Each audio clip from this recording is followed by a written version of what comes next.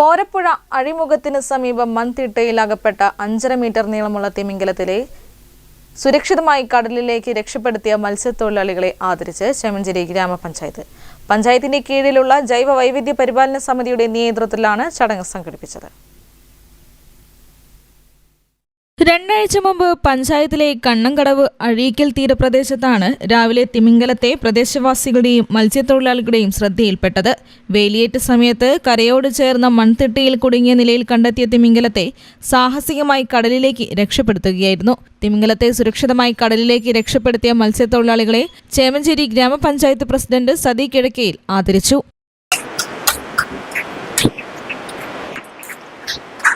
പ്രകൃതി വിഭവങ്ങൾ മനുഷ്യന്റെ നിലനിൽപ്പിന് വേണ്ടി അല്ലെങ്കിൽ അവരുടെ അമിതമായ ആവശ്യങ്ങൾക്ക് വേണ്ടിയിട്ട് ചൂഷണം ചെയ്യുമ്പോൾ എങ്ങനെ അത് നമ്മളിലേക്ക് തിരിച്ചടിക്കുന്നു എന്നുള്ളത് നമ്മൾ വ്യക്തമായും നമ്മളിപ്പോ കണ്ടു കഴിഞ്ഞിട്ടുള്ളതാണ്.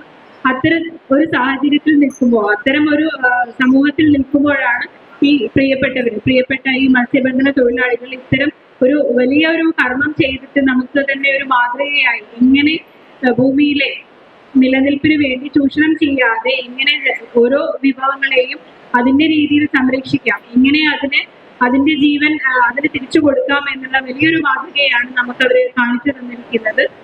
കേരള സംസ്ഥാന ജൈവ വൈവിധ്യ ബോർഡ് ജില്ലാ കോർഡിനേറ്റർ ഡോക്ടർ മഞ്ജു കെ.പി. മുഖ്യാതിഥിയായി. ഗ്രാമപഞ്ചായത്ത് secretary T Anilkumar, vice president M Sheela, സ്ഥിരം സമിതി അധ്യക്ഷന്മാരായ സന്ധ്യ, ഷിബു വി, അബ്ദുൾ ഹാരിസ്, അതുല്യ ബൈജു തുടങ്ങിയവർ സംസാരിച്ചു. പരീക്കണ്ടി പറമ്പിൽ രാജീവൻ, രഞ്ജിത്ത്, ഷൈജു, വിഷ്ണു, സജിത് ലാൽ, സുധീർ, രോഹിത്, വിപിൻ, ഷിജു, അരുൺ, ലാലു, രജീഷ്, ഹരീഷ് എന്നിവരാണ് രക്ഷാപ്രവർത്തനത്തിന് നേതൃത്വം നൽകിയത്. News bureau, Koyilandy.